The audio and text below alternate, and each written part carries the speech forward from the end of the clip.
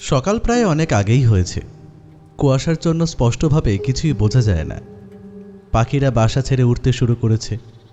দূরের সৎসঙ্গ বিহার থেকে প্রাতঃপ্রার্থনার ক্ষীণ স্বর ভেসে আসছে।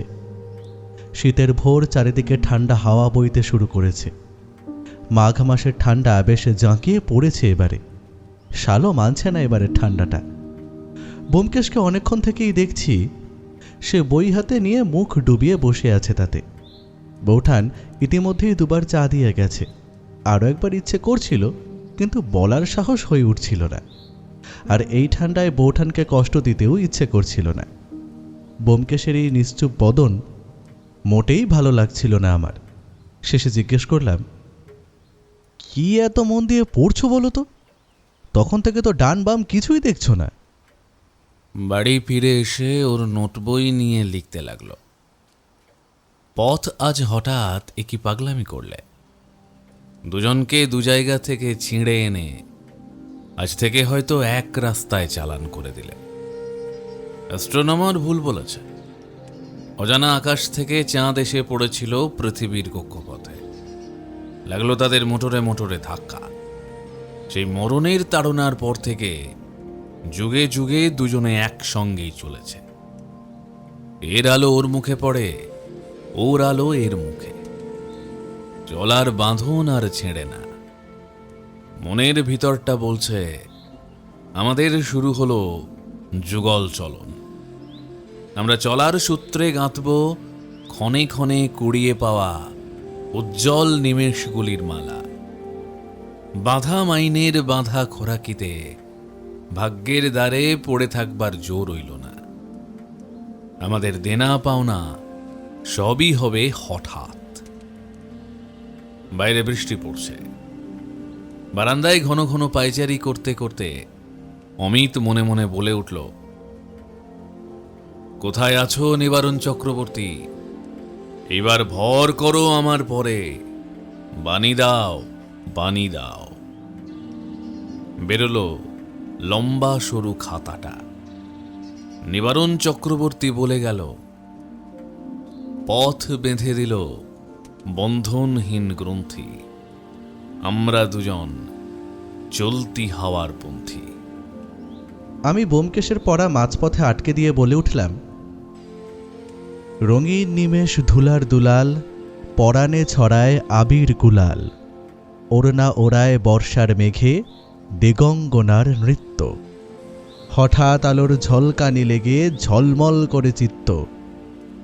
তুমি শেষের কবিতা পড়েছ? আমি বোঝার চেষ্টা করছি তখন থেকে। তুমি তো ডুবে গিয়েছো দেখছি। হয়তো লেখাটা মন দিয়ে পড়ছি, কিন্তু একদমই ডুবে যায়নি। তুমি আসার পর 2 কাপ চা খেয়েছ, আরও 1 কাপ চা খেতে চাইছো, কিন্তু সাহস করতে পারছো না। রান্নাঘরের দিকে বার কয়েক তাকিয়েছ, 3 বার গায়ের শালটা ঠিক করলে, 2 বার গুনগুন করে কি যেন গাইছিলে। খবরের কাগজ একবার পড়ে সেটা রেখে কিছুক্ষণ পর আবার মুখের সামনে ধরলে। আমি সবই খেয়াল করেছি অজিত। তুমি শীতে একটু কুঁকড়ে আছো বলে চা খাওয়ার ইচ্ছেটা প্রবল হচ্ছে, কিন্তু তোমার বৌঠানের পা খসানোর শব্দ নেই বলে তুমি ডাকতে ইতস্তত করছো। আমি ব্যোমকেশের কথায় রীতিমতো অবাক হয়ে গেলাম। এত নিখুঁত পর্যবেক্ষণ! শুনছো, তোমার ঠাকুরপোকে আর 1 কাপ চা দিও। ব্যোমকেশ উচ্চস্বরে বলেই উঠে দাঁড়ায়। সে কি, তুমি উঠলে যে? বাজার যাব ভাবছি, টাটকা কিছু সবজি পাওয়া যায় কিনা। তোমার বৌঠান কদিন থেকে বেশ নতুন নতুন রান্না করছে, আমারও বেশ লাগছে।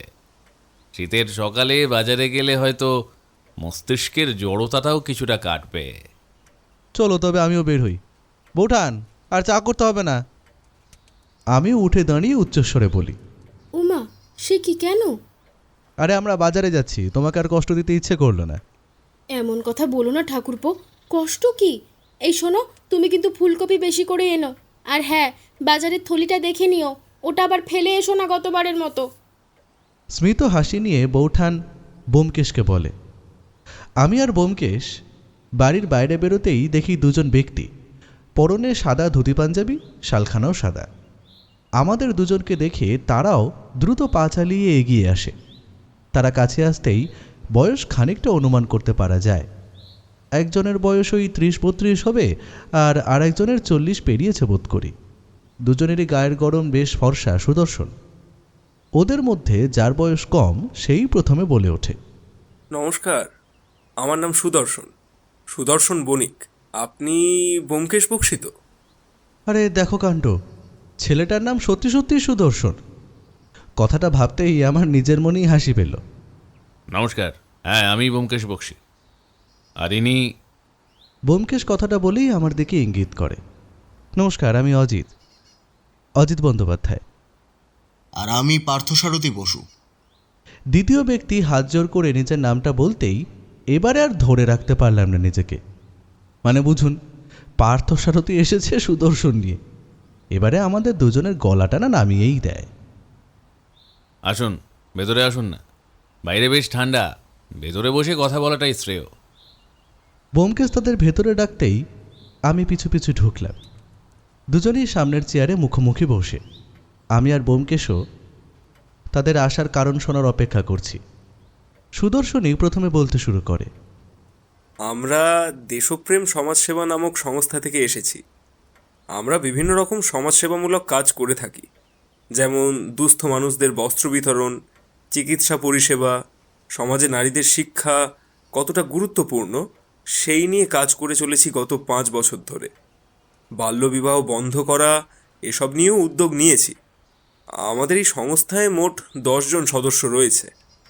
সমাজের বিভিন্ন ব্যবসায়ী, অর্থশালী ব্যক্তিরা আমাদের এই সংস্থাকে আর্থিকভাবে সাহায্য করে চলেছেন।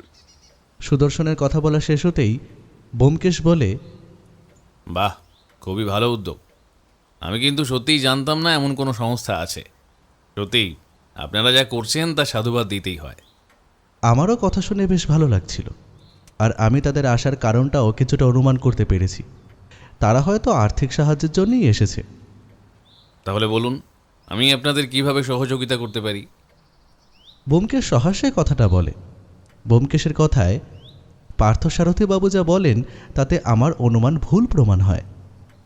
গত পরশু খবরের কাগজে একটি মহিলার হত্যার খবর বেরিয়েছিল। একটি পাগল এক মহিলাকে খুন করেছে।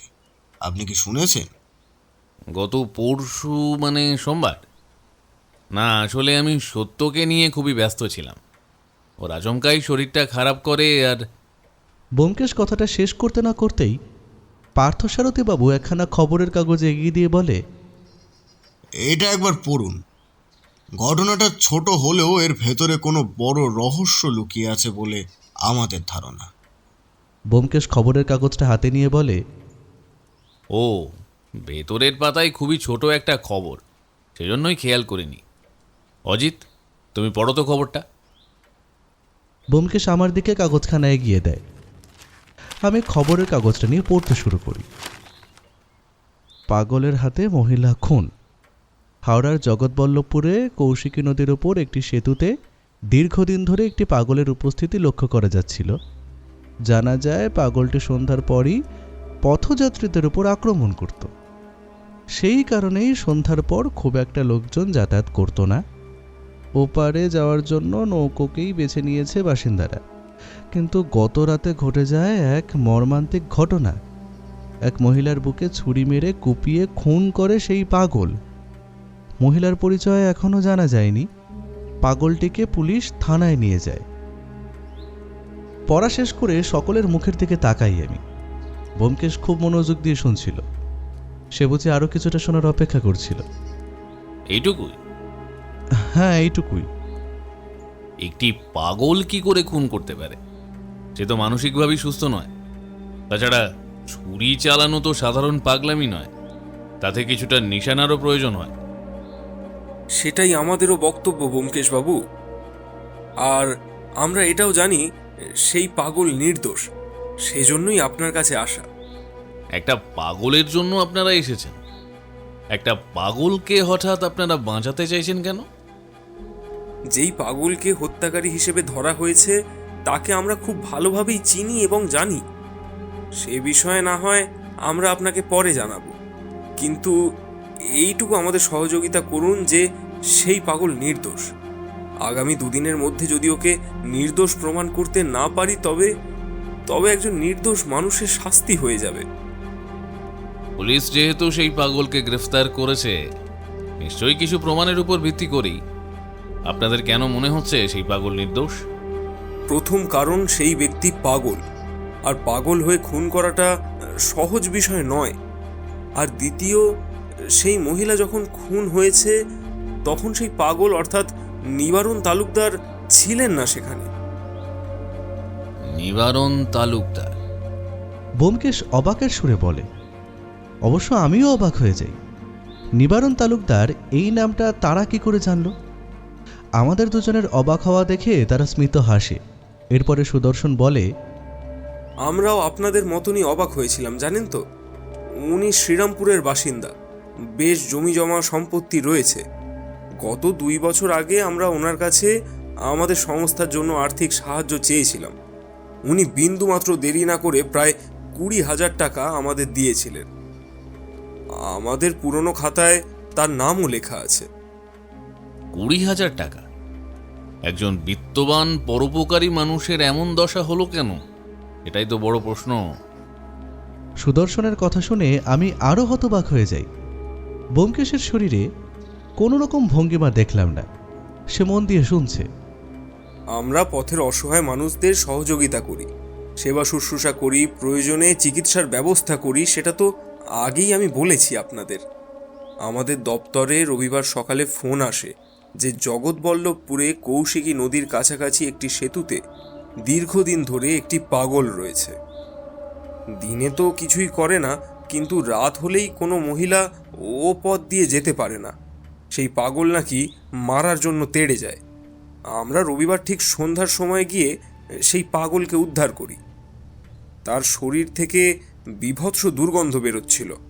অনেকদিন আগে মাথা ফেটে গিয়েছিল, তার আশেপাশে পোকা ধরে গিয়েছে, হাতে পায়ে ঘা হয়ে গেছে। আমরা কিছুতেই ওকে পরিষ্কার করতে পারছিলাম না। ও রাতেই বেশি উন্মাদ হয়ে যায়, তাই ঘুমের ওষুধ দিয়ে ঘুম পাড়িয়ে দিই। রাত যখন 1টা বাজে, তখনও ওকে যেই ঘরে রাখা হয়েছিল সেখানে গিয়ে দেখি ও ঘুমোচ্ছে, কিন্তু সকালে উঠে দেখি নেই। খবরের কাগজ পড়ে জানতে পারি যে ও আবার সেই সেতুতে গিয়ে নিজের জায়গাতেই ছিল, আর এই মহিলার খুনের হত্যার দায় ওর ঘাড়ে এসে পড়ে। সুদর্শন কথাগুলো বলেই দীর্ঘশ্বাস ছাড়ে। ব্যোমকেশ এতক্ষণ ধরে কথাগুলো শুনে কিছু একটা ভাবতে থাকে, কোনো উত্তর দেয় না। ব্যোমকেশবাবু, কি ভাবছেন আপনি? আমরা অনেক আশা নিয়ে আপনার কাছে এসেছি। আপনারা যা বললেন সেটাই শুরু থেকে ভাবছি। আচ্ছা, আপনাদের কেন মনে হচ্ছে যে ওই পাগল মানে নিবারণ তালুকদার খুনি নয়? সে তো পালিয়ে নিজের জায়গায় গিয়েছিল। পুলিশের কথা মতন মহিলার খুন হয়েছেন মধ্যরাত্রেই, অর্থাৎ রাত্রি 1টা থেকে 2টোর মধ্যে। কিন্তু এই একটা সময় আমাদের আশ্রমেই তো ছিল তিনি। আর কৌশিকী নদীর সেই সেতু আমাদের আশ্রম থেকে 1 ঘন্টার হাঁটা পথ। মাঝরাত্রে পথ চিনে নিজের জায়গায় ফিরে গিয়ে খুন করা, সেটা আমাদের তো অসম্ভব বলেই মনে হচ্ছে। তাছাড়াও তো ঘুমের ওষুধের ঘোর ছিল। সেই অবস্থার অতটা পথ যাওয়া কি সম্ভব? কিন্তু একজন পাগলকে বাঁচিয়ে আপনাদের কি লাভ? দেখুন ব্যোমকেশবাবু, লাভের কথা চিন্তা করলে তো এই সমাজ সেবাতে আর নাবদামি না। আজ পর্যন্ত প্রচুর অসুস্থ দুস্থ মানুষের বিনামূল্যে চিকিৎসা করার ব্যবস্থা করে দিয়েছি। আর তাছাড়া আজ যেই মানুষটা পাগল, সে সুস্থ থাকার সময় অনেক সহযোগিতা করেছিলেন।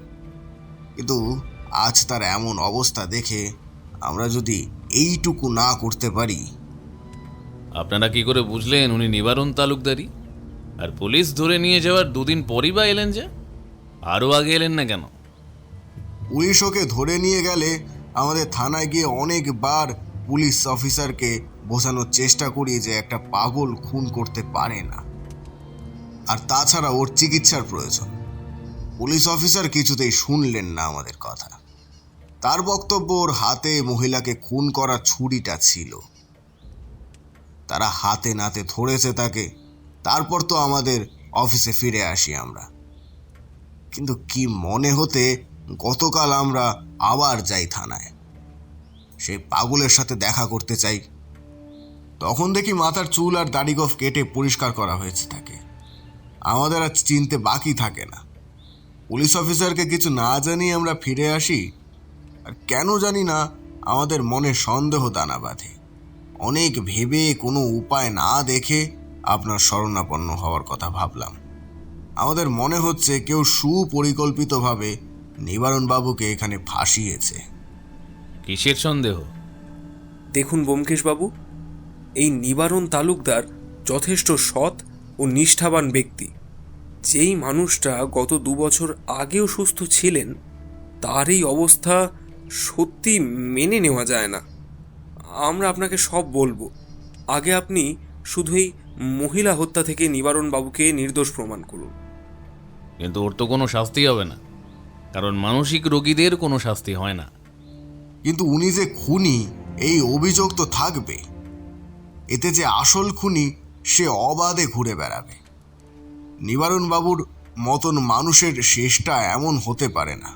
প্লিজ ব্যোমকেশবাবু, নিবারণবাবু নির্দোষ প্রমাণিত হলে আরও অনেক কিছু তথ্য বেরিয়ে আসবে, আমাদের বিশ্বাস আছে। সম্ভবত এই খুনের আড়ালে ওনার বিষয় সম্পত্তি হাতিয়ে নেওয়ার কোনো কারসাজি থাকতে পারে। ঠিক আছে, আজ বিকেলে আমরা জগৎবল্লভপুর থানায় যাব, দেখছি কি করতে পারি। আপনি আপনার পারিশ্রমিক নিয়ে ভাববেন না, আমরা যথাসাধ্য আপনাকে দেব। সুদর্শন শুকনো গলায় বলে। ব্যোমকেশকে দেখলাম সুদর্শনের কথায় শুধু স্মিত হাসল, কোনো উত্তর সে দেয় না। আমারও কেমন যেন অদ্ভুত লাগলো।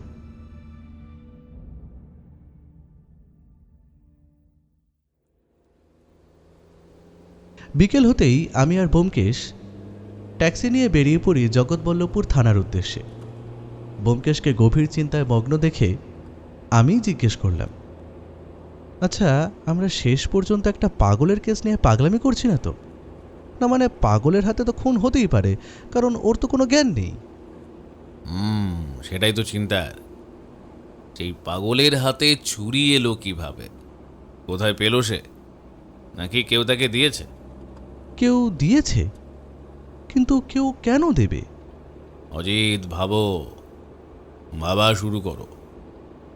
সুদর্শন আর পার্থসারথী বলছে ওই পাগল আসলে নিবারণ তালুকদার, একজন জমিদারই বলা চলে।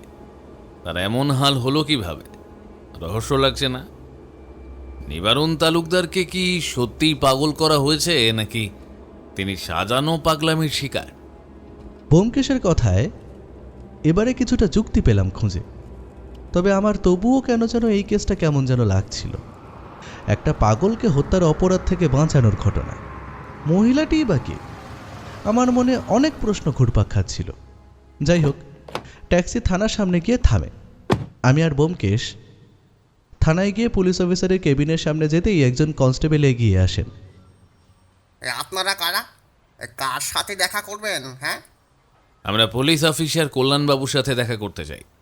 ওনাকে বলুন ব্যোমকেশ বক্সী এসেছেন। ব্যোমকেশ কথাটা কনস্টেবলকে বলতেই তিনি উচ্ছ্বসিত হয়ে বলেন, আপনি ব্যোমকেশ বক্সী?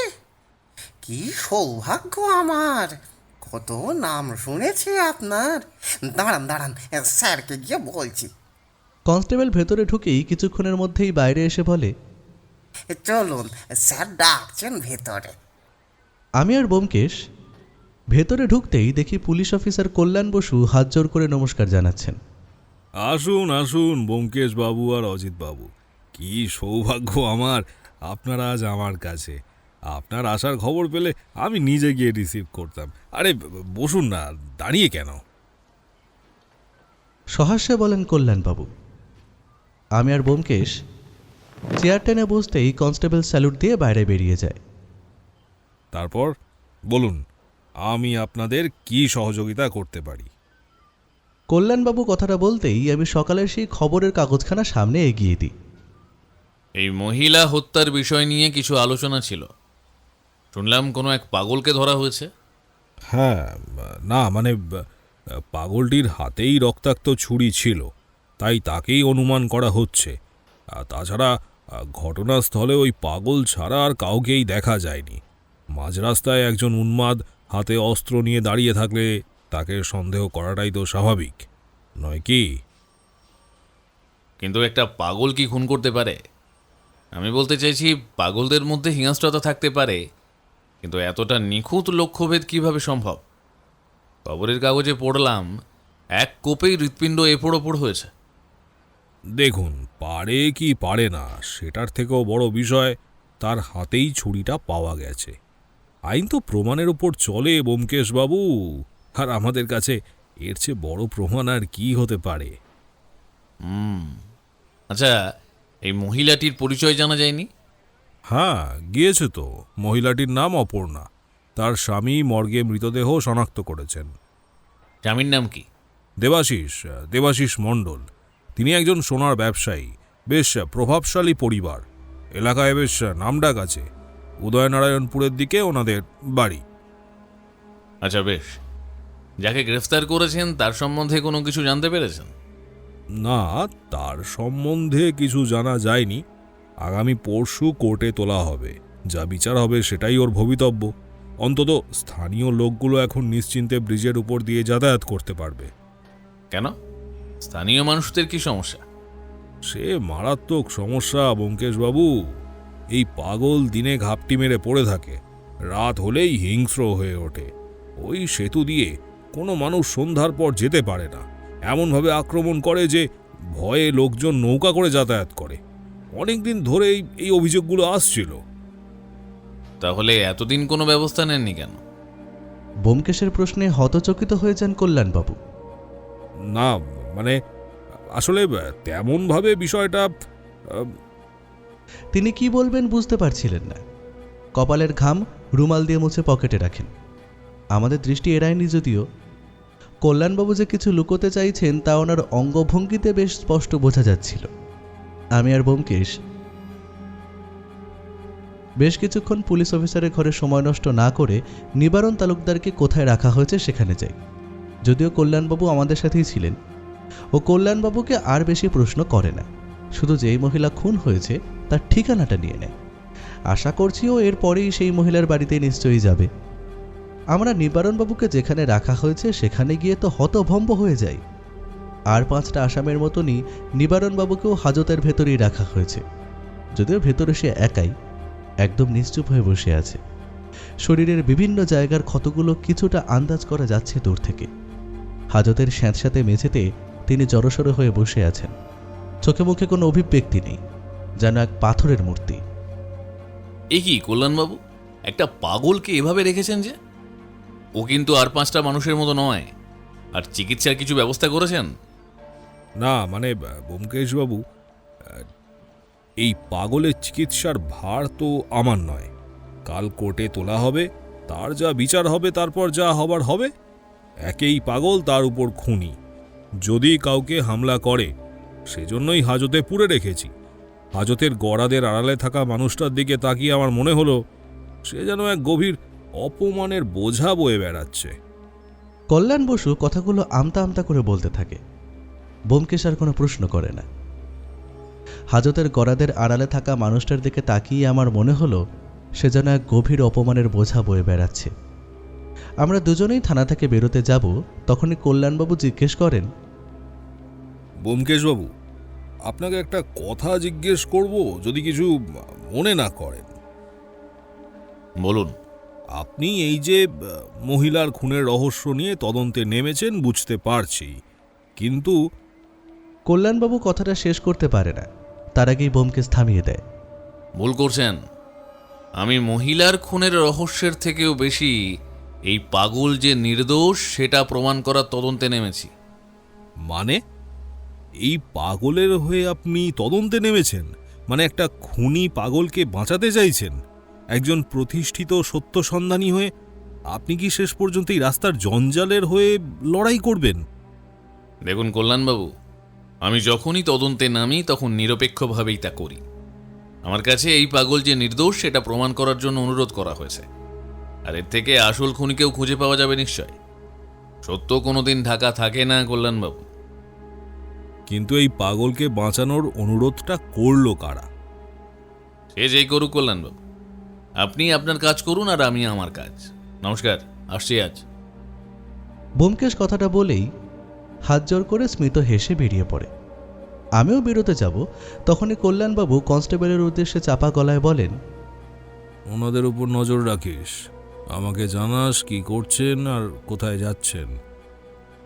কথাটা লম্বকরণের মতন আমি শুনে ফেলি। একটু হতবাকও হলাম। যাই হোক, হন হন করে বেরিয়ে ট্যাক্সিতে গিয়ে বসলাম।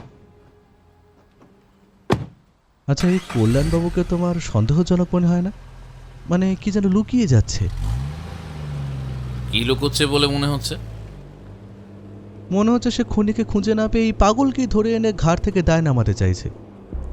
পুলিশের খাতায় একটা কেস সলভ করা মানেই তো বড় প্রমোশন। আমার কথা শুনে ব্যোমকেশ কোনো উত্তর দেয় না, শুধু হাত বাড়ায়। আমি একটা সিগারেট বের করে দিয়ে আমিও ঠোঁটে একটা গুঁজে নিই। ও জানলার দিকে ধোঁয়া ছাড়তে থাকে। ট্যাক্সি ছুটে চলেছে।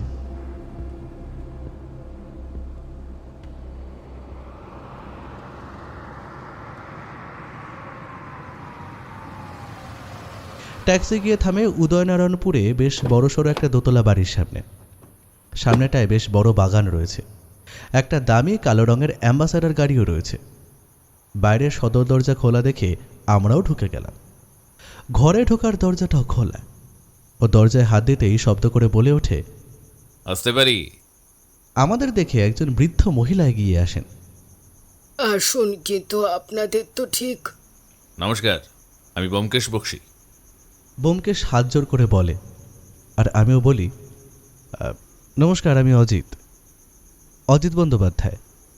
নমস্কার, কিন্তু আপনাদের তো ঠিক চিনতে পারছি না। আমরা ভেতরে ঢুকেই দেখি সামনেটা বেশ বড় বৈঠক ঘর, বেশ দামি আসবাবপত্র সব। দেওয়ালের একদিকে বড় একটা মহিলার ছবিতে টাটকা রজনীগন্ধার মালা ঝুলছে, নিচে জ্বলন্ত প্রদীপ আর ধূপ। আমাদের আর বুঝতে বাকি থাকে না এই তাহলে অপর্ণা দেবী। বেশ সুন্দরী দেখতে। মাথার চুল বিনুনি করে সামনে এক হাতে ধরে রেখেছে। শরীরে গয়নাও বেশ আছে তা বোঝা যাচ্ছে। হবে নাই বা কেন, স্বামী গয়নার ব্যবসায়ী বলে কথা। ছবিটার দিকে তাকিয়ে মনে হচ্ছিল অপর্ণা দেবী যেন নির্বাক দৃষ্টিতে আমাদের কিছু বলতে চাইছেন। আপনি অপর্ণা দেবীর? আমি অপর্ণার শাশুড়ি মা। ও আচ্ছা, আমার অপর্ণা দেবীর বিষয়ে কিছু জিজ্ঞাসাবাদ ছিল, কারণ এই খুনের বিষয়ে আমরা তদন্ত করছি। কিন্তু আমরা তো তদন্ত করার বিষয়ে কিছু জানি না। পুলিশ তো অপরাধীকে ধরেছে। আচমকাই কেউ একজন ধীর গলায় বলে ওঠে। আমি আর ব্যোমকেশ তাকিয়ে দেখি একজন বেশ সুউচ্চ সুদর্শন পুরুষ সিঁড়ি দিয়ে নিচে নেমে আসে। দেবাশিসবাবুর বয়স খুব একটা বেশি নয়, প্রায় 40 হবে। চোখে সোনার ফ্রেমের চশমা, হাতে দামি ঘড়ি, গলায় সোনার হার, পরনে শার্ট আর প্যান্ট। সামনে আসতেই লক্ষ্য করি চোখের কোণে জল ছলছল করছে। আপনি? ও আমার ছেলে, অপর্ণার স্বামী দেবাশিস। ও আচ্ছা, নমস্কার। আপনারা বসুন না। ব্যোমকেশ আর আমি বসতেই দেবাশিস অঝরে কাঁদতে শুরু করে। দেবাশিসবাবুর কান্না দেখে সত্যিই বড্ড মায়া হচ্ছিল। আমি অপর্ণাকে খুব ভালোবাসি। ও আমার জীবন ছিল। ওকে ছাড়া আমি কিভাবে বাঁচবো জানি না। এমন কি দোষ করেছিল যার জন্য ওকে এভাবে প্রাণ হারাতে হলো। আমি ভাবতে পারছি না যে অপর্ণা নেই। আমি বুঝতে পারছি দেবাশিস বাবু আপনার মনের কষ্টটা, কিন্তু যা হবার তা তো হয়ে গেছেই। আমি শুধু আপনাকে কয়েকটা কথা জিজ্ঞেস করতে চাই। বলুন। পুলিশ অফিসার কল্যাণবাবু বলছিলেন যে অপর্ণা দেবী রাত ঠিক 12টা থেকে 1টার সময় খুন হয়েছেন, কিন্তু এত রাতে একা তিনি কোথায় গিয়েছিলেন এটা জানেন কি? আমি কিচ্ছু জানি না। আমি ব্যবসার সূত্রে বাইরে ছিলাম। অপর্ণার খুনের ঘটনা শুনেই আমি বাড়ি ফিরে আসি। আচ্ছা, আপনি তো বাড়িতে ছিলেন, আপনি জানেন না অপর্ণা দেবী এত রাতে কোথায় গিয়েছিলেন? ব্যোমকেশ এবারে দেবাশিসের মাকে প্রশ্ন করে। না মানে আমি তো রাতে ঘুমের ওষুধ খেয়ে ঘুমোই রাত 8টাতেই। তাই অপর্ণা কি করে কোথায় যায় কিছুই জানি না। আচ্ছা, অপর্ণা যে খুন হয়েছে সেটা আপনারা জানলেন কিভাবে? কে প্রথম খবর দিয়েছে আপনাদের? আসলে সকাল থেকে খুঁজে পাচ্ছিলাম না, তখনই থানায় যাই আর জানতে পারি যে এমন একটা মৃতদেহ পাওয়া গেছে। তারপরই আপনি দেবাশিস বাবুকে টেলিফোন করেছিলেন? হ্যাঁ, আর রাতারাতি সে চলে আসে। কোথায় ছিল দেবাশিস বাবু? আশ্চর্য তো, আপনি কি দেবাশিসকে সন্দেহ করছেন নাকি? এত প্রশ্ন করছেন যে। আমার ছেলের শোকের সময় এই জেরা আমাদের ওপর একটা বড় আঘাত। না না, ঠিক আছে। ব্যোমকেশ আর কোনো প্রশ্ন করে না। তবে দেবাশিসের জন্য সত্যিই কষ্ট হচ্ছিল। সে আমাদের সামনে থেকে উঠে গিয়ে অপর্ণার ছবির সামনে দাঁড়িয়ে কাঁদতে থাকে আর বলতে থাকে, তুই তুই তুই এভাবে আমাকে একা ছেড়ে চলে গেলে কেন? কেন অপর্ণা? ফিরে এসো আমার কাছে, ফিরে এসো অপর্ণা, ফিরে এসো। আমি যে তোমাকে খুব ভালোবাসি, ভালোবাসি। ফিরে এসো অপর্ণা, ফিরে এসো। আচ্ছা, বাড়িতে আপনারা আর কে কে থাকেন? আমি, অপর্ণা আর ভোলা নামের চাকর, সে রাতে থাকে। আর শিবানী নামের একটি মেয়ে, সে দিনে এসে বাড়ির সব কাজকর্ম করে। আর এখন দেবাশিস আছে। শাড়ির আঁচলে চোখ মুছেন তিনি। ভোলা আর শিবানী কোথায় থাকে? পাশের গ্রামেই থাকে। ভোলা রাত 9টায় আসবে। ঠিক আছে, আমরা আসছি এখন। ব্যোমকেশ কথাটা বলেই উঠে দাঁড়ায়। তখনই দেবাশিস জিজ্ঞেস করে, আমরা তো অপর্ণার মৃত্যুটা মেনে নিয়েছি, আর অপরাধীও ধরা পড়েছে। তারপরেও কিসের জন্য তদন্ত হচ্ছে ঠিক বুঝতে পারছি না। পুলিশ কি অন্য কিছু সন্দেহ করছে? না, পুলিশ সন্দেহ করছে না। তবে দেশপ্রেম সমাজসেবা নামের এক সংস্থা মনে করে যে সেই পাগল আপনার স্ত্রীকে হত্যা করেনি, আপনার স্ত্রীর হত্যাকারী অন্য কেউ। আর সেই জন্যই এই তদন্ত। সত্য যে কোনো সময় এক মোড় থেকে অন্য মোড়ে ঘুরে যায় দেবাশিস বাবু। কি বলছেন?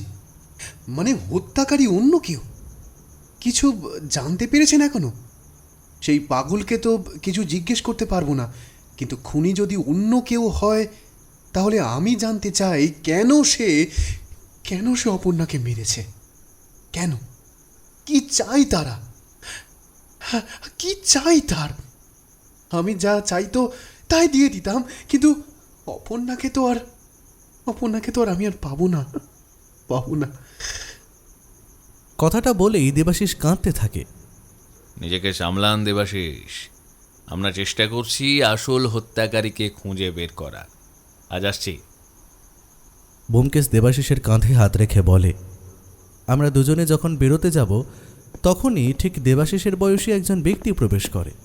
পরনে বিদেশি স্যুট প্যান্ট টাই, একটা বিদেশি ভাব রয়েছে শরীরে, মুখে চুরুট। তার হাবভাব দেখে মনে হলো তিনি এ বাড়ির বেশ ঘনিষ্ঠ। দেবাশিস, তুই আবারও এভাবে কাঁদছিস? এভাবে কাঁদলে তুই অসুস্থ হয়ে পড়বি। ও অলোক, দেবাশিসের বন্ধু, কাজের সূত্রে হাওড়ায় এসেছে কয়েকদিন আগে। ও আচ্ছা, ঠিক আছে, আমরা আসছি তবে। আমরা দুজনেই তখন দেবাশিসের বাড়ি থেকে বেরিয়ে আসি। সময় তখন প্রায় সন্ধে 7:30। শীতকাল, তাই সন্ধে 7:30তেই চারিদিকে গভীর রাত নেমে এসেছে মনে হচ্ছে। অজিত, তুমি বাড়ি ফিরে যাও। আজ আমার বাড়ি ফেরা হবে না। ব্যোমকেশ সিগারেটের ধোঁয়া ছেড়ে বলে, মানে আমি একা যাব? তুমি এখন কোথায় থাকবে? এদিকে তোমার পরিচিত কেউ আছে নাকি? পরিচিত কেউ নেই ঠিকই, কিন্তু আজ রাতে বাড়ি ফিরলে হবে না। তুমি ফিরে যাও। তোমার বউঠান একা আছে বাড়িতে, তার খেয়াল রেখো। হঠাৎ তোমার এমন চিন্তা ভাবনার তো আমি কোনো কারণ খুঁজে পাচ্ছি না।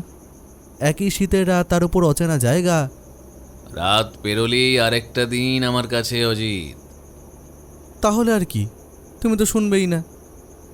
তুমি কাল সকাল 9টার মধ্যে থানায় চলে এসো, তারপর তোমাকে নিয়েই বাকি কাজটা সেরে ফেলবো।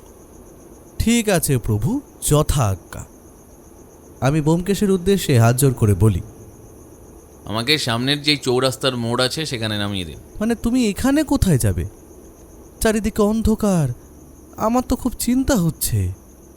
ওহে অজিত ভাইয়া, শীতকাল, সন্ধ্যা 7:45 বাজে, চারিদিক তো অন্ধকার হবেই।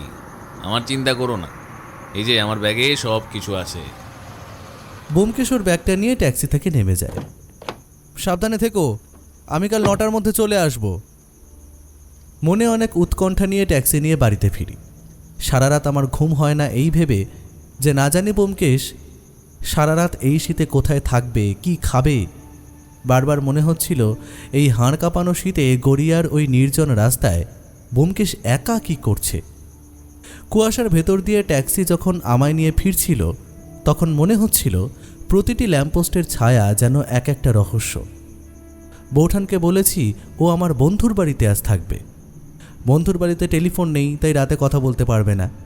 কিন্তু একা একা এভাবে ব্যোমকেশকে ছেড়ে দেওয়াটা আমার ঠিক হয়নি। ওর কিছু হয়ে গেলে নিজেকে ক্ষমা করতে পারবো না।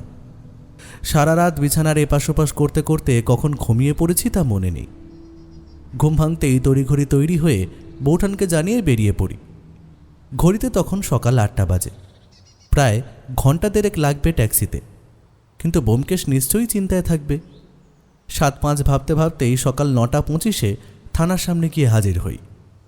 আমাকে দেখেই ব্যোমকেশ ট্যাক্সিতে এসে বসে। দেরি করলে যে, কখন থেকে অপেক্ষা করছি। আরে আসলে ঘুম ভাঙছিল না, সারা রাত তোমার জন্য চিন্তা হচ্ছিল। ভোরের দিকে ঘুমিয়েছি, তাই তো দেরি হলো। তা এখন কোথায় যাচ্ছি? মর্গে। মানে মর্গে। পুলিশ অপর্ণা দেবীর মৃতদেহ যেই হাসপাতালে পাঠিয়েছিল সেখানে, তাই সেখানকার ডাক্তারের সাথে কথা বলতে হবে। কাল রাতে কিছু নতুন তথ্য এসেছে, এগুলো মিলিয়ে দেখতে হবে। ও আচ্ছা, কাল সারা রাত কোথায় ছিলে? এসব কথা পরে হবে অজিত, আগে রহস্যের উদ্ধার করি। দাদা, তাড়াতাড়ি চলুন।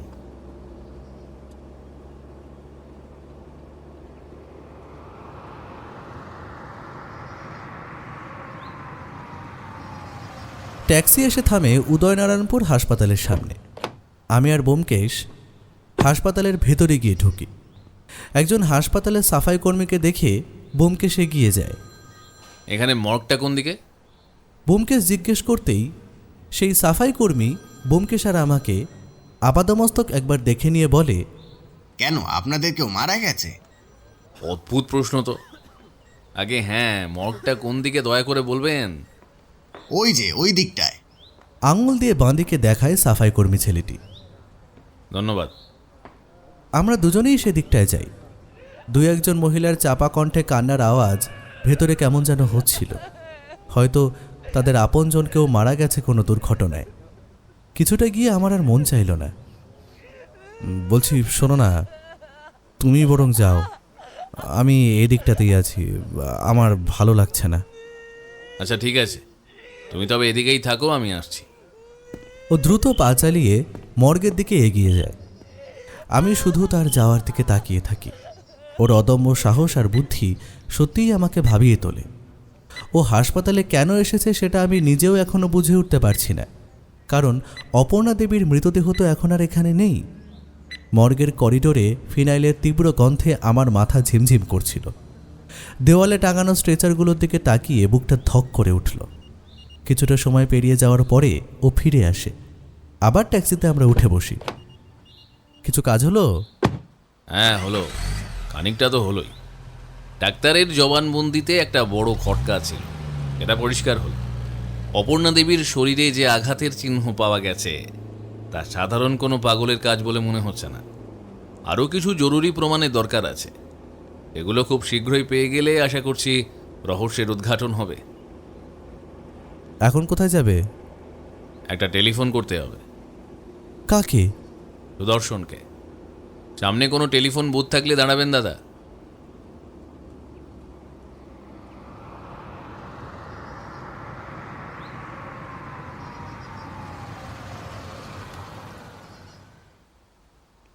ও টেলিফোন বুথে গিয়ে কারোর সাথে দীর্ঘক্ষণ কথা বলে, তারপর ফিরে আসে।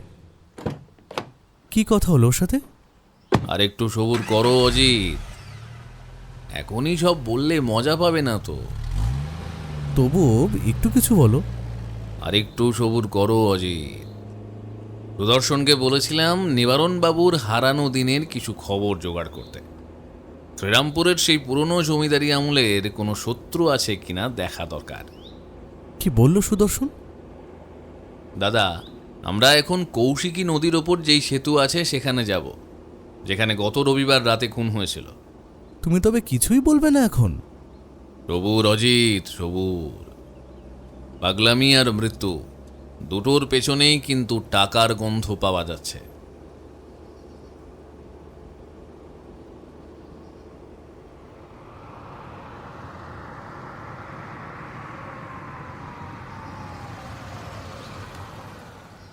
ট্যাক্সি এসে থামে সেতুর কাছাকাছি ও সেতুটাকে ভালো করে দেখতে থাকে। সেই পাগলটা যেখানে বসে থাকতো সেখানে অনেক ছেঁড়া কাপড়, কাগজের ছেঁড়া বাক্স এখনও পড়ে আছে। ব্যোমকেশ সেগুলো ভালো করে পর্যবেক্ষণ করতে শুরু করে। আর ঠিক তখনই এক ঝাঁক বিদ্যালয়ের ছাত্রী সেতু দিয়ে হাঁটতে হাঁটতে যায়। ওদের মধ্যেই বলতে থাকে একে অপরকে, এই জানিস, এখানে যে পাগলটা ছিল তাকে পুলিশে ধরে নিয়ে গেছে। এখন আর ভয় নেই, এখন সন্ধ্যা হলেও এদিক দিয়ে আমরা যাতায়াত করতে পারবো। হ্যাঁ ঠিক বলেছিস, এই দিক দিয়ে আমরা যেতেই পারতাম। ভালো হয়েছে পাগলটাকে ধরেছে।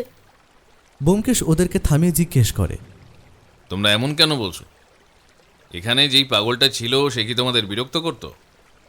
করতো তো, সন্ধ্যার পর এদিক দিয়ে কেউ গেলেই তাকে মারার জন্য তাড়া করতো, অথচ দিনে এখানেই পড়ে থাকতো। তাই রাতে যে কেউ একা এদিকটা দিয়ে যায় না, অনেকজন থাকলে তবে সাহস করে যায় হয়তো। আচ্ছা, অনেক ধন্যবাদ। সবাই চলে যায়। ও অনেকক্ষণ খোঁজাখুঁজির পরে সে বলে, চলো অজিত, ওই নৌকা ঘাঁটি থেকে ঘুরে আসি। আমি আর ব্যোমকেশ সেই নৌকা ঘাঁটির দিকে যাই। প্রায় 4টে নৌকো তখন ছিল। ও সকলকে এক জায়গায় ডাকে। তাদের কথোপকথন থেকে যা বোঝা যায় যে রাতে ওই সেতু দিয়ে লোকজন যাতায়াত করতে পারে না পাগলটার অত্যাচারে। পুলিশকে জানিয়েও কোনো লাভ হয়নি, আর তাই নৌকোর কদর হয় রাতে। সেদিন রাতে অপর্ণা নৌকোয় ওপারে যাওয়ার জন্য এসেছিল, কিন্তু সেদিন শুধু একটা নৌকাই ছিল।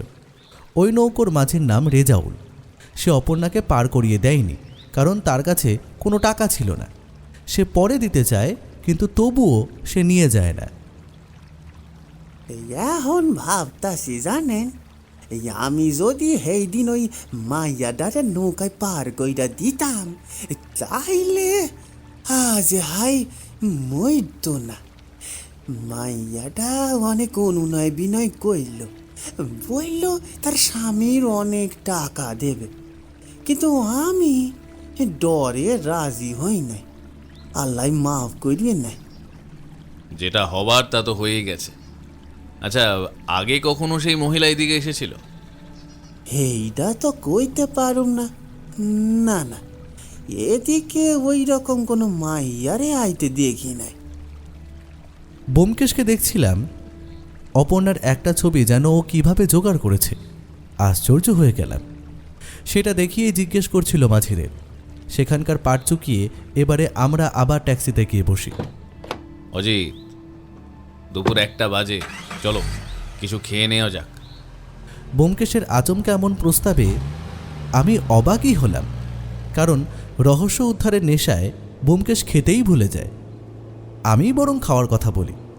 আমি হাসতে হাসতে বলি, হ্যাঁ, এ তো ভূতের মুখে রাম নাম। কেন, তোমার খিদে পাইনি? হ্যাঁ, সে পেয়েছে। তোমার আজ আবার খাওয়ার কথা মনে পড়েছে, তাই ভাবছি। চলো সামনের কোনো রেস্তোরাঁয় কিছু পাওয়া যায় কিনা। আসলে ভেতো বাঙালিদের ভাত ছাড়া আবার চলে না।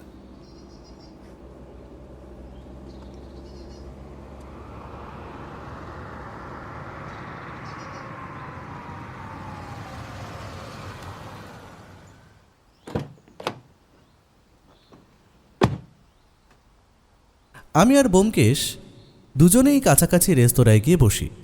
ভাগ্যবশত ভাত ছিল সেই রেস্তোরাঁয়। ভাত, ডাল, ফুলকপির ডালনা আর মুরগির মাংস। ব্যোমকেশ খেতে খেতেই বলে, বুঝলে অজিত, সুদর্শন আর পার্থসারথী বাবু আসবেন। তুমি ওনাদের নিয়ে দেবাশিস বাবুর বাড়ি চলে যাও। আমি আর একটা ছোট্ট কাজ ছেড়ে আসছি। মানে তুমি কোথাও হাওয়া হয়ে যাবে? হ্যাঁ, তা নইলে রহস্যভেদ হবে কিভাবে?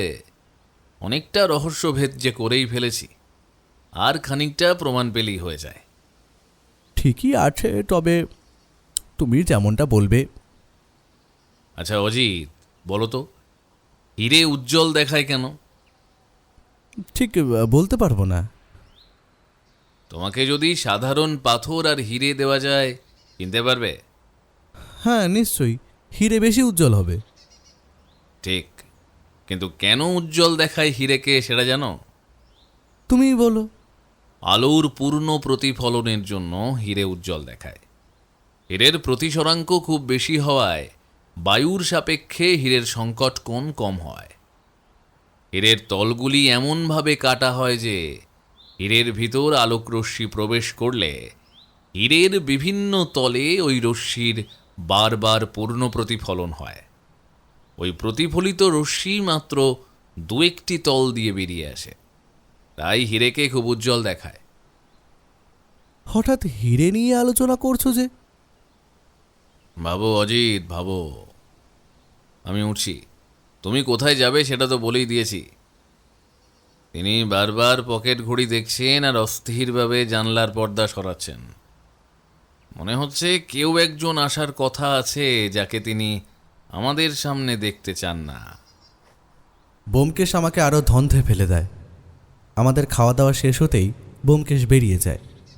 সুদর্শন আর পার্থসারথী বাবু কিছুক্ষণ পরে আসবে। তাদের নিয়ে যেতে হবে দেবাশিস বাবুর বাড়ি।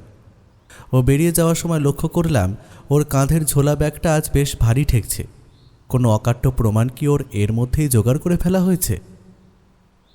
আমি ব্যোমকেশের কথা মতন সুদর্শন ও পার্থসারথী বাবুকে নিয়ে দেবাশিস বাবুর বাড়িতে অপেক্ষা করতে থাকি। এদিকে দেবাশিস বাবুর বিরক্তি ফুটে উঠেছে চোখে মুখে। কিছুক্ষণ পরে দেবাশিস বাবুর বন্ধু আলোকও এসে উপস্থিত হয়। অলোকবাবুর চুরুটের কটু গন্ধটা শীতের বিকেলের বদ্ধ হাওয়ায় কেমন যেন বিস্বাদ লাগছিল। আশ্চর্য, একের পর এক কারা এসে উপস্থিত হচ্ছে আমার বাড়িতে। হঠাৎ করে কল্যাণবাবু ফোন করে বলছে সবাইকে থাকতে। বুঝতে পারছি না, যেখানে অপরাধী ধরা পড়ে গেছে তারপরেও কিসের এত রহস্য আর তদন্ত? হ্যাঁ, আমার অপর্ণার আত্মার শান্তি কামনাও কি ঠিক করে করতে পারবো না? আপনারা দয়া করে এই প্রহসন বন্ধ করুন। আমি আর নিতে পারছি না। তিনি বারবার পকেট ঘড়ি দেখছেন আর অস্থিরভাবে জানলার পর্দা সরাচ্ছেন। মনে হচ্ছে কেউ একজন আসার কথা আছে যাকে তিনি আমাদের সামনে দেখতে চান না। দেবাশিসবাবু উত্তেজিত হয়ে বলতে থাকে, নিশ্চয়ই পারবেন। আত্মা যেন ঠিকভাবে শান্তি পায় তারই তো ব্যবস্থা হচ্ছে। ব্যোমকেশ ঘরে প্রবেশ করেই বলে ওঠে, সাথে কল্যাণবাবু, থানার আইসি, কনস্টেবল সহ আরও একজন ব্যক্তি। তবে তিনি যে পুলিশ নয় সেটা বোঝা যাচ্ছিল। ভদ্রলোকের হাতে একটা বড় লেদার ব্যাগ, পরনে কোট প্যান্ট। দেখে মনে হচ্ছে কোনো হাসপাতালের বড় ডাক্তার। আমি আগেই অনুমান করেছিলাম যে এসব আপনারই কর্মকাণ্ড। আমি সত্য অপর্ণাকে হারিয়েছি।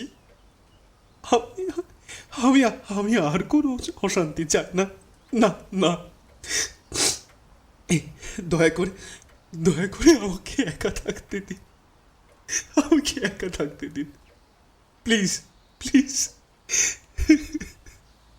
কিছুটা সময় শুধু নেব দেবাশিস বাবু।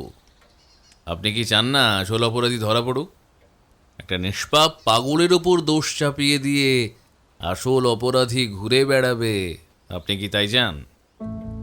দেবাশিস বাবু, আপনার ডান হাতের অনামিকার আংটিটি কোথায়? ব্যোমকেশের আচমকা এমন কথায় হতভম্ব হয়ে যায় দেবাশিস। না মানে কোথায় হারিয়ে গেছে জানি না। হ্যাঁ, এতগুলো আংটির মধ্যে একটা দুটো হারিয়ে গেলে অবশ্য কোনো ক্ষতি নেই। বিশেষ করে যদি সেই আংটিটি কোনো মৃতদেহের আশেপাশে পড়ে থাকে, তবে তো সেটা পকেটে ঢোকানোই বুদ্ধিমানের কাজ। কল্যাণবাবু, আপনি শুরু থেকে ঘটনাটা বলুন একবার। হ্যাঁ বলছি। গত সোমবার ভোরে থানায় টেলিফোন আসে যে কৌশিকী নদীর সেতুতে একটা মহিলার মৃতদেহ পাওয়া গেছে। আর সেই সেতুতেই যেই পাগলটা প্রায় বছর ধরে আছে তার হাতেই ছুরিটা পাওয়া যায়, তাই প্রত্যক্ষদর্শী হিসেবে সেই পাগলকেই খুনি ধরা হয়। একজন পাগলের পক্ষে কি একটা সুস্থ মানুষকে খুন করা সম্ভব? ডাক্তারবাবু, আপনার কি মনে হয়? ও, আলাপ করিয়ে দিই, উনি ডক্টর ভট্টাচার্য, উদয়নারায়ণপুর হাসপাতালের একজন বিশিষ্ট ডাক্তার। কোনো পাগলের পক্ষে খুন করা যে অসম্ভব সেটাও নয়। খুন করতেই পারে, কিন্তু অপর্ণা দেবীর শরীরে যেভাবে আঘাত করা হয়েছে তাতে মনে হয় আমাদের অপরাধী পাগল, যার নাম নিবারণ তালুকদার বলা হচ্ছে, সে করতে পারে। তার কারণ পাগলদের মানসিক স্থিতি ঠিক থাকে না, তারা শুধু আঘাত করে, তাতে সামনের জন মরল কি বাঁচল সেই খেয়াল করে না। কিন্তু এখানে অপর্ণা দেবীকে যেভাবে কোপানো হয়েছে তা খুবই নৃশংস। এটা কোনো পাগলের পক্ষে তো সম্ভব নয়।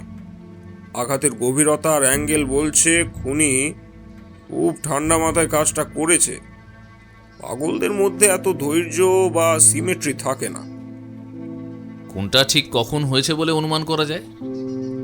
রাত 12টা থেকে রাত 1টা কি 2টোর মধ্যে। ঠিক আছে, ধন্যবাদ ডক্টর ভট্টাচার্য। সুদর্শন, বলো, তোমার কি মনে হয় এটা শুনে? গত রবিবার সন্ধ্যায় সেই পাগল, অর্থাৎ আমরা ওনাকে চিনতে পেরেছি, উনি নিবারণ তালুকদার, তাকে নিজেদের আশ্রমে নিয়ে যাই। আর উনি রাত 1টা পর্যন্ত আমাদের সাথেই ছিলেন। আমরা নিবারণবাবুকে ঘুমের ওষুধ দিয়েছিলাম যাতে ওনার উন্মাদনা কমে। সেই ওষুধের ঘোরে থাকা মানুষের পক্ষে 1 ঘন্টায় অত পথ যাওয়া অসম্ভব। আর তাছাড়া একটা পাগল প্রায় ঘন্টাখানেকের রাস্তা পার করে এত রাতে আসবে কি করে?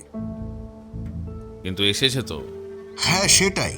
পরদিন সকালে দেখছি সে কিভাবে সেই সেতুতে পৌঁছে গেছে। আশ্রমের গেট বন্ধ থাকা সত্ত্বেও তিনি বেরোলো কি করে, সেটাই তো আমরা ভেবে পাচ্ছি না। আমি আশেপাশের লোকজনের সাথে কথা বলেছি, সেদিন সন্ধ্যাতেও সেখানে পাগল বসেছিল। কি বলছেন ব্যোমকেশবাবু? আমরা মিথ্যে বলতে পারি, কিন্তু তাই বলে আমাদের আশ্রমে তো সবাই মিথ্যে বলবে না। আর তাছাড়া নিবারণবাবুকে যেই অবস্থায় আমরা পেয়েছি সেই অবস্থার ছবিও তুলে রেখেছি। পাগলটা যদি ব্রিজেই থাকে তবে তবে আমাদের আশ্রমে কে ছিল? হ্যাঁ, কিন্তু তাহলে সন্ধ্যা থেকে রাত পর্যন্ত সেই সেতুর ওপর পাগল বেশে নিশ্চয়ই কেউ তো ছিল। আশ্চর্য, যত শুনছি ততই অবাক হয়ে যাচ্ছি আমি। আরও অবাক হওয়া বাকি আছে, দাঁড়ান। দেবাশিস বাবু, আপনি কিন্তু অভিনয়টা বেশ ভালোই করেন। পাগলামি অনেক সময় খুব ভালো ছদ্মবেশ, দেবাশিস বাবু, তাই না? মানে কি বলতে চাইছেন? কি আপনি কি আমায় অপমান করতে আমাদের এই শোকের বাড়িতে পুলিশ নিয়ে এসেছেন? নইলে আপনার ঘরে গ্লিসারিন কি করছে? নকল চোখের জল আনার জন্য গ্লিসারিন ব্যবহার করছেন আজকাল। আর আপনি দেবাশিসের মা, কিন্তু আপনার নাম তো জানা হয়নি। নকল চুল ব্যবহার করছেন। কি সব বলছেন আপনারা? দেবাশিস, এসব কি শুনছি?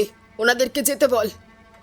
শ্রীমতী নয়নিকা দেবী, আপনার এই নকল চুল যে সব মুখোশ খুলে দিয়েছে। কথাটা বলেই ব্যোমকেশ চুলের মধ্যে টান দিতেই পরচুলাটা খুলে পড়ে। এক মুহূর্তের জন্য ঘরের আবহাওয়াটা বদলে গেল। বৃদ্ধার সেই শোকাতুর অবয়বটা যেন এক নিমেষে কোনো থিয়েটারের চরিত্রের মতো হাস্যকর হয়ে উঠল। এবার সত্যি কথা বলুন, আপনার পরিচয় দিন, নইলে মিথ্যে অভিনয়ের জন্য আপনারও জেল হতে পারে। ব্যোমকেশের কথা শুনে নয়নিকা দেবী কাঁদতে শুরু করেন। এবারে গ্লিসারিন ছাড়াই ওনার চোখে সত্যি জল এলো।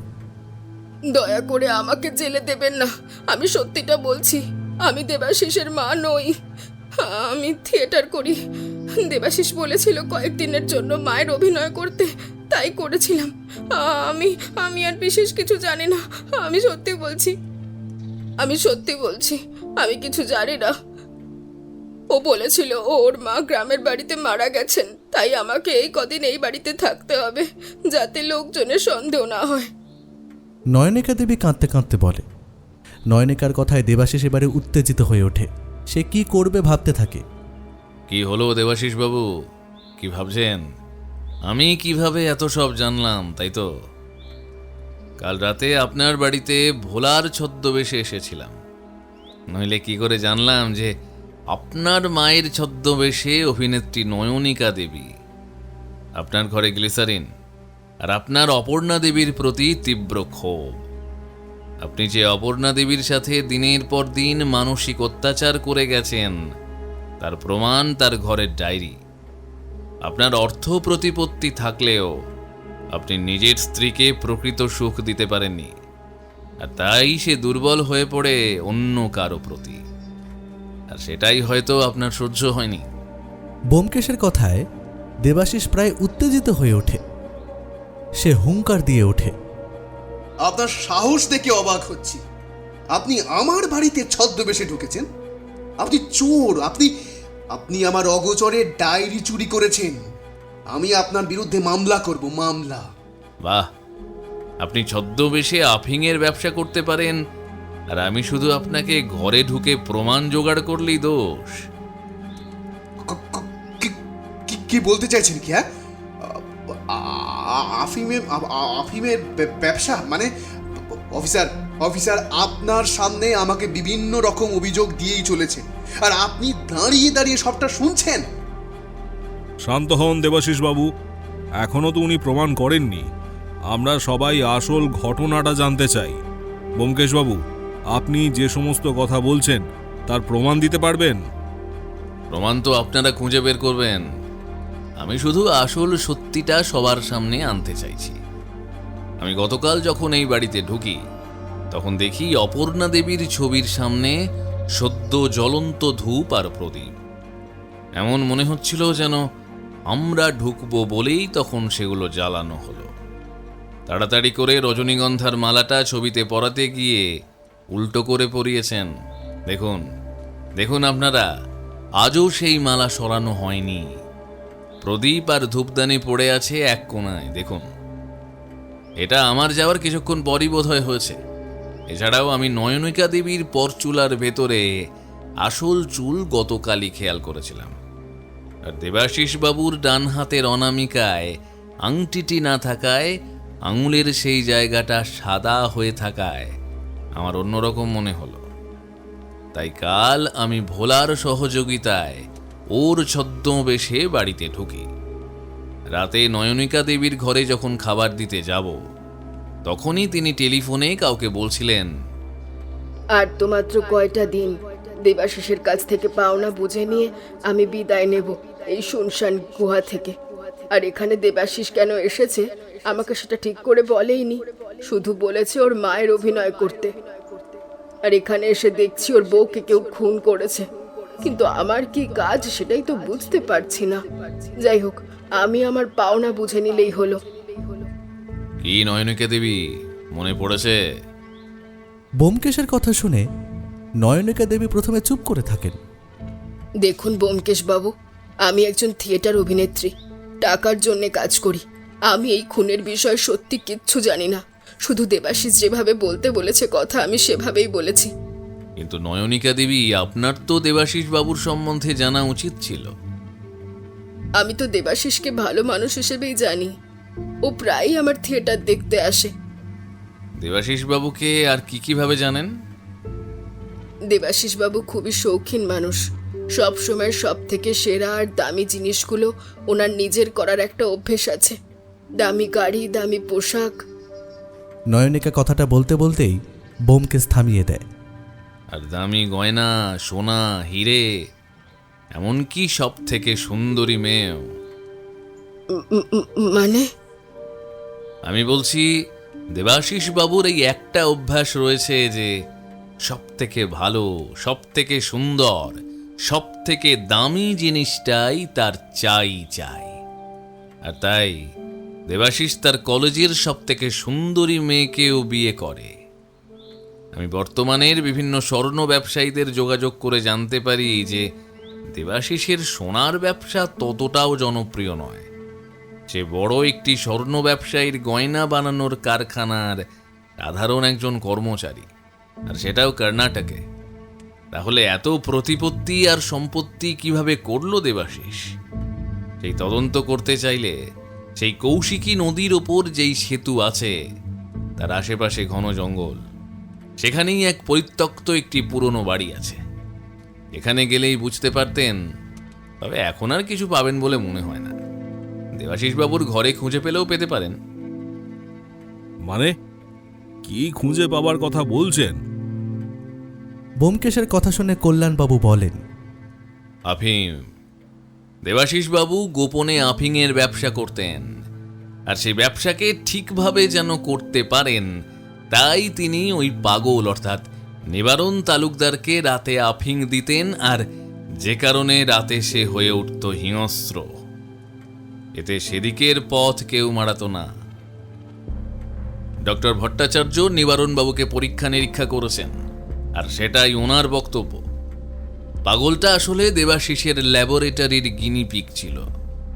ওকে হিংস্র করে রেখে নিজের পাচারের রাস্তা পরিষ্কার রাখতেন দেবাশিস বাবু। ব্যোমকেশের কথাগুলো শোনা মাত্রই দেবাশিস ঘর ছেড়ে বেরিয়ে যেতে চায়, কিন্তু কনস্টেবল ও পুলিশ তাকে ঘিরে ফেলে। তার কপালে বিন্দু বিন্দু ঘাম জমছে, সে বারবার নিজের হাতের তালু ঘষছে। আরে গল্প এখনো শেষ হয়নি, এখনো তো অনেকটা বাকি। এরপর শিবানীর কাছে জানতে পারি যে অপর্ণার জন্মদিনে গত বছর একটি দামি হিরে গয়না উপহার দিয়েছিল, কিন্তু এতে সকলের সামনে কিছু না বললেও পরে দুজনের মধ্যে খুব ঝামেলা হয়। কারণ অপর্ণা সাধারণ পরিবারের মেয়ে, এ শুধু তার স্বামীর কাছে ভালোবাসা, সম্মান আর সময় চেয়েছিল, কিন্তু দেবাশিসের টাকার নেশা তাকে মারাত্মক করে তুলেছিল। আর এতেই ধীরে ধীরে অপর্ণা আর দেবাশিসের সম্পর্কে ছেদ পড়তে শুরু করে। অপর্ণা একাই বাড়িতে দিনের পর দিন কাটাতে থাকে। রাতে অপর্ণার ঘরে ঢুকে একটা ডায়েরি খুঁজে পায়, যেখানে সে তার মনের কথাগুলো লিখে রাখত। আর তার থেকেই দুজনের সম্পর্কের সমীকরণ উঠে আসে। আমার আরও এক জায়গায় সন্দেহ দানা বাঁধে, যখন আমি দেবাশিসের ঘরে ঢুকে তার ওয়ালেটে ট্রেনের টিকিট পাই, যেটা গত শনিবারে। তার মানে দেবাশিস রবিবার রাতে এই জগৎবল্লভপুরেই ছিল, আর সেটাও পাগলের বেশে। আর এই দেবাশিসের আংটি, কল্যাণবাবু আপনি চাইলে ওনার ঘর তদন্ত করে দেখতে পারেন আফিমগুলো কোথায় লুকিয়ে রেখেছে, উদ্ধার করুন। আর গত রবিবার নৌকা ঘাটিতে রেজাউলের নৌকা ছাড়া আর কারো নৌকা ছিল না সেদিন। রেজাউল বিনে পয়সায় অপর্ণাকে পার করে দেয় না, আর তখনই সে সেই সেতুর ওপর দিয়ে যাওয়ার পথে দেবাশিস অপর্ণাকে খুন করে। না না, এটা মিথ্যে। আমি অপর্ণাকে খুন করিনি। আমি তো শুধু শাস্তি দিতে চেয়েছিলাম। আমি অপর্ণাকে খুন করিনি। না না, মিথ্যে মিথ্যে বলছেন আপনি। আপনিই খুন করেছেন নিজের স্ত্রীকে। না, আমি খুন করিনি। আমি শুধু ওর শরীরটাকে ক্ষতবিক্ষত করে দিতে চেয়েছিলাম। ওর সৌন্দর্য, ওর যৌবন নষ্ট করে দিতে চেয়েছিলাম। আমি অপর্ণাকে ভালোবাসি, কিন্তু হয়তো সত্যি আমার টাকার নেশা প্রবল হয়ে উঠেছিল। তাই আমি অপর্ণাকে সময় আর একজন স্বামীর যে সুখ এটা দিতে পারছিলাম না। কর্ণাটকে আমি আফিমের ব্যবসা করতাম, মাঝে মাঝে বাড়ি আসতাম। সকলের সামনে আমি ছিলাম স্বর্ণ ব্যবসায়ী। গত বছর অপর্ণার জন্মদিনে বাজারের সব থেকে দামি হীরের হার আমি উপহার দিয়েছিলাম, কিন্তু ও তাতে খুশি নয়, তার শুধু সময় চাই। আমি কর্ণাটকে থাকতেই আমার কাছে মাঝে মাঝেই টেলিফোন আসতো। অপর্ণার অন্য কারোর সাথে সম্পর্ক আছে, সে প্রতিদিন কারোর সাথে গিয়ে রাত কাটায়। প্রথমে আমি বিশ্বাস করিনি।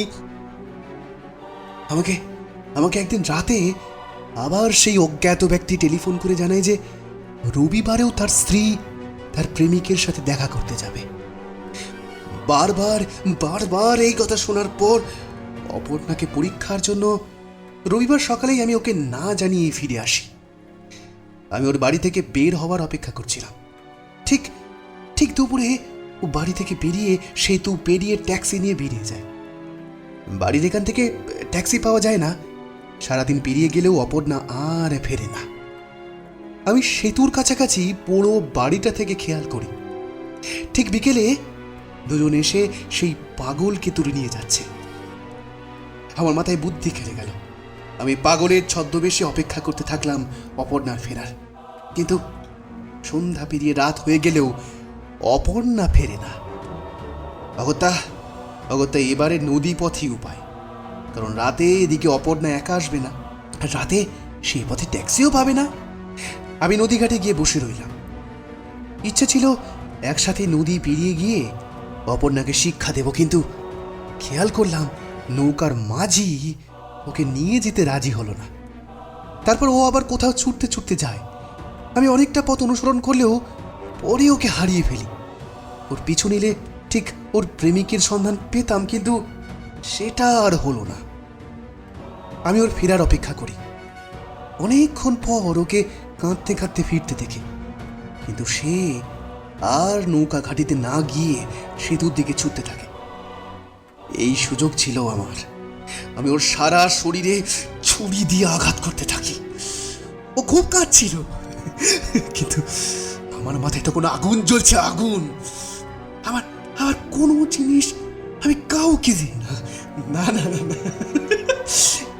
কাউকে না। সারা শরীর দিয়ে যখন অপর্ণার রক্ত ঝরছে তখন মনে শান্তি হলো।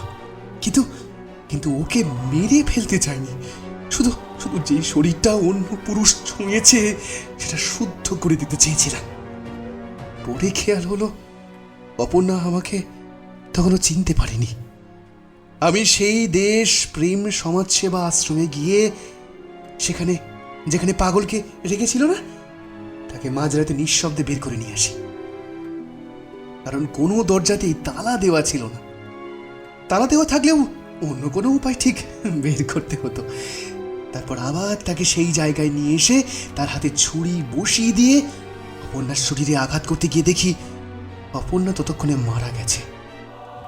আর তাড়াহুড়ো করতে গিয়ে আমার আংটিটা সেখানেই পড়ে যায়। দেবাশিস এতক্ষণ এইটুকু বলে থামতেই ঘরে এক অদ্ভুত নিস্তব্ধতা। তাহলে অপর্ণাকে খুন করলো কে? কে হতে পারে বলে আপনাদের মনে হয়? অপর্ণা দেবীর প্রেমিক? আমারও তাই মনে হয়। কিন্তু কে সে? অপর্ণার প্রেমিক কে হতে পারে? এ বিষয়ে ডক্টর ভট্টাচার্য বলতে পারবেন। অপর্ণা দেবীর বুকের বাঁদিকে কাঁচের টুকরো জোরে কেউ ঢুকিয়ে দিয়েছে, আর তাতেই মৃত্যু হয় অপর্ণা দেবীর। আর মারা যাওয়ার আগে তিনি বাঁচার জন্য যে আপ্রাণ চেষ্টা করেন, এর থেকেই বোঝা যায় খুনিকে তিনি আঁচড় দিয়েছিলেন। আর সেই চামড়া পরীক্ষা করে জানা যায় যে... ডক্টর ভট্টাচার্য কথাটা শেষ করতে না করতেই অলোক উঠে দাঁড়িয়ে যেতে যায়। কোনো লাভ নেই অলোকবাবু, আপনার খেলা শেষ। অলোক ছুটে যেতে চায়, কিন্তু পুলিশ অফিসার কল্যাণবাবু অলোককে আটকে ধরেন। বলুন, আর কোনো উপায় নেই? এবারে দোষ স্বীকার করুন। অলোক, তুই অপর্ণার সাথে? আমি তো তোকে আমার সব থেকে প্রিয় বন্ধু মনে করতাম। আমি তোকে অপর্ণার খেয়াল রাখবার জন্য বারবার বলতাম, আর তুই কি না? ছি! তুই আমার ঘরে বসেই আমার স্ত্রীকে চুরি করলি। হ্যাঁ, আমি অপর্ণার প্রেমিক। ও আমাকে প্রাণপণ ভালোবাসতো। দরকারে তোকে ছেড়ে দিতেও পারে এমনই ভালোবাসতো। সব কিছু তুই কেন পাবি বলতো? সব থেকে সুন্দরী মেয়ে তোর, সব থেকে দামি গাড়ি তোর, শহরে সব থেকে দামি বাড়ি তোর। আর যেদিন তুই অপর্ণাকে সব থেকে দামি হীরের গয়নাটা উপহার দিয়েছিলিস, আমি সেদিনই ঠিক করেছিলাম ওটা আমার চাই। আর তাই তোর অনুপস্থিতির সুযোগে আমি অপর্ণার সাথে প্রেমের অভিনয় করি। ও যা তোর কাছ থেকে চাইতো, যেটা তুই দিসনি, সেটা আমি ওকে দিয়েছি। আর আমি তোকে ফোন করে অপর্ণার বিষয়ে কথা বলে তোর মন বিষিয়ে দিয়েছিলাম। তোর হয়তো মনে নেই, অপর্ণার জন্মদিনের দিন তুই আমাকে কত অপমান করেছিলিস। তোর অনেক প্রতিপত্তি, সম্পত্তি, আমার কিছুই নেই। সেদিনই ঠিক করে নিয়েছিলাম, তোর যা আছে সব আমার হবে। কিন্তু তোর আফিংয়ের ব্যবসার খবরই আমার জানা ছিল না। যাই হোক, অপর্ণাকে আমি রবিবার রাতে সেই হীরের হার পরে আসতে বলেছিলাম সুন্দর করে সেজে আসবে, আমরা নিজেরা বিয়ে করব। ও বেশ ভালো মনে আমার কাছে চলে আসে। আমার উদ্দেশ্য ওর হীরের হারটা নেওয়া আর অপর্ণাকে চরিত্রহীন প্রমাণ করা দেবাশিসের কাছে। কিন্তু এতে তো আপনিও ধরা পড়তেন। হীরের হার নিজে বাজেয়াপ্ত করার পর অপর্ণাকে মেরে ফেলবো এটাই ঠিক করেছিলাম। আর তাছাড়া ধীরে ধীরে অপর্ণার অনেক গয়নাই প্রায় আমার বাজেয়াপ্ত করা হয়ে গিয়েছিল। সারা দিনটা আমাদের বেশ ভালো কেটে যায়, কিন্তু সন্ধ্যা হতেই ও বাড়ি ফেরার জন্য ছটফট করতে থাকে। বাড়িতে কেউ নেই, গিয়ে কি করবে? কিন্তু ও শোনে না। তবুও আমি ওকে ইচ্ছা করেই আটকে রাখি। শেষে একরকম ও আমার কাছ থেকে বেরিয়ে যায়। তার কিছুক্ষণ পর আবার আমার কাছে আসে হীরের নেকলেসটার জন্য, কিন্তু আমি ওকে দিতে অস্বীকার করি। কিছু টাকা চায় নৌকা করে ওপারে যাবার জন্য। আমি না দিতেই ও কাঁদতে কাঁদতে ঘর ছেড়ে বেরিয়ে যায়। আমি জানতাম যে ওই পাগল আজ ওকে ছাড়বে না। অপর্ণার কি হয় সেটা দেখতেই পেছন পেছন আমিও আসি, আর দেখি অপর্ণা তখন রক্তাক্ত। আমি রাস্তা থেকে একটা কাঁচের বোতল তুলে সেটা ভেঙে আর এক টুকরো অপর্ণার বুকে পা দিয়ে চেপে ঢুকিয়ে দিই। অপর্ণা যেন কখনো বলতেই না পারে তার প্রেমিক কে ছিল। অলোক কথা শেষ করতেই দেবাশিস হাসতে শুরু করে। সেই হাসিতে কোনো আনন্দ ছিল না, ছিল স্রেফ এক বিকৃত উন্মাদনা। হাসছিস? তুই হাসছিস? তোর হীরের হার আমার কাছে। ওটা নকল হিরে ছিল রে, ওটা নকল হিরে। আসল হীরের হার তো আমি কখনো কিনিনি। মানে? সকলেই হতবাক হয়। আমার খুব ইচ্ছে ছিল ওই হীরের হারটা কেনার, কিন্তু এত টাকা আমার নেই। তবে আমার তো সেরা জিনিস চাই না? আমি ঠিক ওই রকমই নকল হার বানিয়ে অপর্ণাকে দিই। আমি চোরকে উপহার দিতে পারি, কিন্তু সেরা জিনিসটা কাউকে দিতে পারি না। আমি যখন অপর্ণার ঘরে ঢুকি তখন তার সেই হাড়ের বাক্সটা খালি পড়ে থাকতে দেখি। ওটা হাতে নিতেই ছোট্ট একটা টুকরো দেখি। সেটা জহুরির কাছে নিয়ে গেলে বলে যে এটা নকল। আর আমার বুঝতে বাকি থাকে না যে সেই হার চুরি গেছে আসল ভেবে। আর আসল হার তো যেদিন বাজার উদ্বোধন হয় সেদিনই দেশের সব থেকে বড় ব্যবসায়ী তার স্ত্রীকে উপহার দেয়। এই যে গত বছরের সেই খবরের কাগজের অংশ, যেটা আমি আজ সকালে খবরের কাগজের দপ্তর থেকে অনেক কষ্টে উদ্ধার করেছি। তার মানে আমি অহেতুক? ঠিক তাই। হিংসার লোভের বশে আপনিও পাগল হয়ে গিয়েছিলেন। আশা করি কল্যাণবাবু আসল অপরাধীদের চিনতে পেরেছেন। আর হ্যাঁ, অপর্ণার নখে কোনো চামড়ার টুকরো ছিল না। থাকলেও সেটা কার বোঝা মুশকিল। আপনি অহেতুক ভয় পেয়ে গিয়েছিলেন। সত্য সন্ধানীর চালে আপনি নিজেই ধরা দিলেন অলোকবাবু। ব্যোমকেশ কথাটা বলেই স্মিত হাসে। ঘরের বাতাস যেন এক নিমেষে হালকা হয়ে গেল, কিন্তু পাপের গন্ধটা রয়েই গেল। অনেক ধন্যবাদ ব্যোমকেশবাবু। নিবারণবাবুর সততার দাম পেয়েছে। আমি আপনার কথা মতন নিবারণবাবুর সমস্ত খোঁজ নিয়েছি। আমি আপনাকে সব খবর বলব। আচ্ছা, বেশ বেশ, আমরা তবে আসছি। ব্যোমকেশ হাত জোর করে নমস্কার জানিয়ে বলে। দুজনে বাইরে বেরিয়ে হাঁটতে শুরু করি, কারণ ট্যাক্সি নিতে হলে অনেকটা পথ হেঁটে গিয়ে তারপর, আর নইলে নৌকা।